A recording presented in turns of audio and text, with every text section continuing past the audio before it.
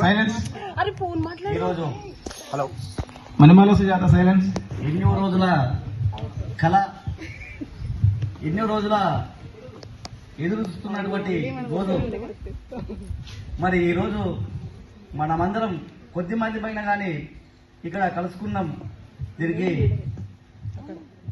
మరి ఈ కలుసుకోవడానికి ముఖ్యంగా స్త్రీ శక్తి దీనికి ముఖ్యంగా ఎంతో తోడ్పాటునిచ్చింది. మేము ఎక్కువసారి ఫోన్ చేయగానే మేమున్నాం, మీకు సపోర్టు మేమున్నామని, మీరు దీనికి మేము మీకు అండగా ఉన్నామని 27 సంవత్సరాల తర్వాత కూడా ఈరోజు ఫోన్ చేస్తే మీకు అండగా ఉన్నామని మాకు పిలుపునిచ్చిన స్త్రీలకు, మాకు పిలవగానే వచ్చిన గురువులకు, ముఖ్యంగా మనకి ఇంతకన్నా స్నేహానికి విలువించడం ఇంతకన్నా మనకి ఏం కావాలి?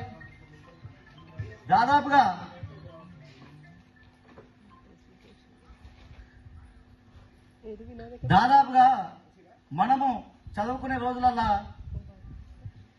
ఫోన్లు లేవు. ముఖ్యంగా ఫోన్లు లేక మనం 10th రాసిన తర్వాత చాలా మంది మన క్లాస్లో ఫెయిల్ అయిన వాళ్ళే ఉన్నారు. మరి విడిపోయినాము, ఎక్కడ ఎవరేం పని చేసుకుంటారో ఏం తెలియదు. కాబట్టి మనము చాలా రోజులు దాదాపుగా ఇప్పుడు ఇక్కడ వెంకటేష్ అనే ఒక ఆణిముత్యం లాగా నాకు బంగారం అనే షాప్లో పైసలు ఇస్తే దొరుకుతుందేమో కానీ 27 సంవత్సరాల తర్వాత విడిపోయిన ఫ్రెండ్ ఈ రోజు నాకు ఈ రోజే ముఖం చూసినా, మరి రాధిక గారిని కూడా ఈ రోజే చూస్తున్నా, నేను గుర్తుపట్టలేను.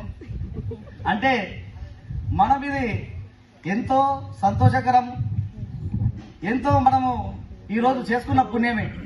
ముఖ్యంగా మన మధ్యలో చాలా మంచి వాళ్ళు కొందరు దూరం అయినప్పటికీ మరి చాలా మరి ముఖ్యంగా సుందరపల్లి అశోక్ అన్న అంటుండే, ఎంత ఆప్యాయంగా మన క్లాస్ లో కూడా పలకరిస్తుండే.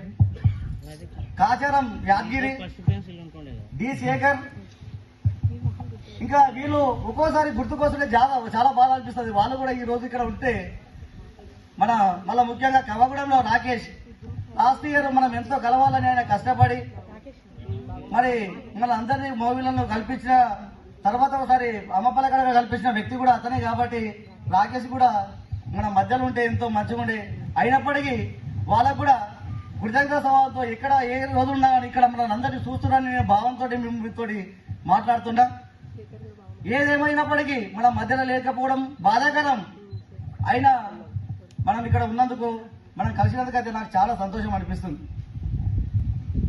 కాబట్టి ఇంకోటి, మనం అందరం దాదాపు 27 సంవత్సరాల క్రితం విడిపోయినాం. ఈ రోజు కలిస్తే మనం ఒకరికొకరు గుర్తుపడతలేమంటే ఎంత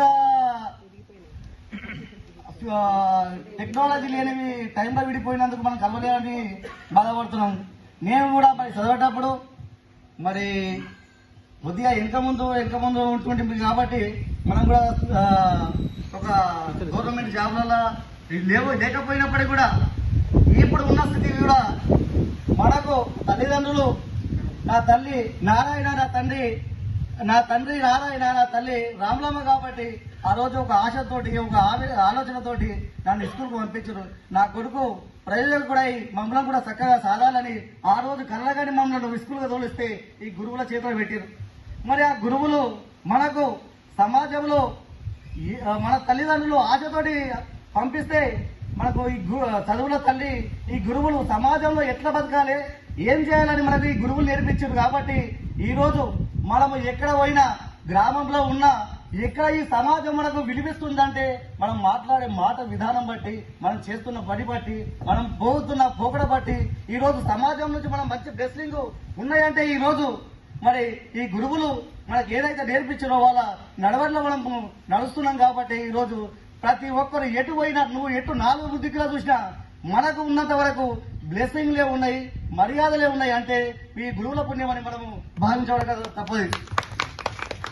కాబట్టి మనమందరం ఏదేమైనా సరే ఈ రోజు ప్రపంచ దేశాలు కూడా ఒక స్థాయిగా ఒక క్రమశిక్షణతో ఎదుగుతున్నదంటే ఈ గురువుల నుంచి మొదలైనది. కాబట్టి ఆ క్రమశిక్షణగా మన దేశము, ప్రపంచ దేశాలు ఎదుగుతున్నాయని మనం నమ్మాలి.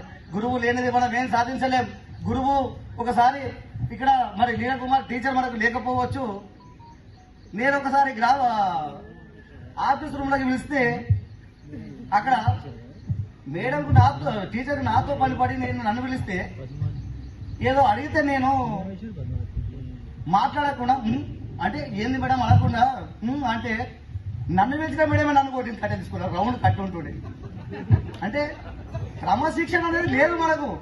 ఒక ఏదో ఆలోచనతో ఉంటున్నాం. అవతల క్వశ్చన్ వేస్తే ఆన్సర్ ఇచ్చే ఆలోచన లేదు. ఏదో ప్రౌడ్గా ఆ రోజు మనము చేస్తుంటాం.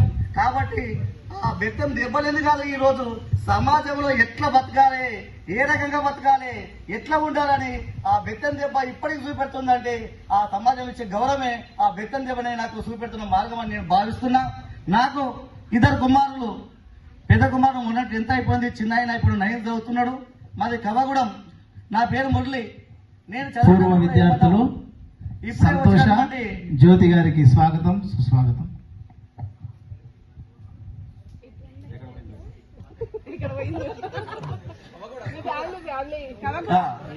కవగూడ మా గ్రామం. నా పేరు మురళి. మాకు ఇద్దరు కుమారులు. పెద్ద కుమారుడు 10th అయిపోయింది, మన బాలపురంలో చదువుతున్నాడు. చిన్న కుమారుడు మన శంషాబాద్ లో 9th క్లాస్ చదువుతున్నాడు. మరి ఇప్పుడు మరి ఎక్కడ నేను ఓన్ బిజినెస్ గా నేను చేసుకుంటున్నా. దాదాపు ఇప్పుడున్న ఓవిళ్ళకి అందరికి నేను దాదాపు ఒక్కసారి కాదు 2-3 సార్లు కూడా కలిసిన రోజులు ఉంటాయి రోజుకు. అట్లా నేను తిరుగుతూనే ఉంటాం, అందరం కలుస్తాము.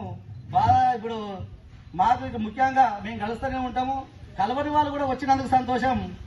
ఇప్పుడు ఎక్కడి నుంచి దూరం నుంచి కష్టపడి మరి ప్రయాణంలో తిప్పలవాడి మా కోసం కలవాలని ఒక ప్రయాసతోటి ఇంత దూరం వచ్చిన స్త్రీమూర్తులకు, ఇక్కడ ఉన్న గురువులకి అందరికి మాకు టైం వెచ్చించినందుకు ప్రతి ఒక్కరికి పేరు పేరున ధన్యవాదాలు తెలియజేస్తూ ముగిస్తున్నాను. Thank you Murali. వాళ్ళు క్లుప్తంగా మాట్లాడారంటే నువ్వు ఒక్కరి ఇంత టైం తీసుకుంటే మనకు సరిపోదు టైము. నెక్స్ట్ నరసింహన, ముంబై నరసింహన. కొద్దిగా ఇంత టైం తీసుకోకుండా మెయిన్ విషయాలు సారాంశం అంటారు కదా, పాఠం మొత్తం చదివింది ఒకేత్తు, సారాంశం చదివింది ఒకేత్తు.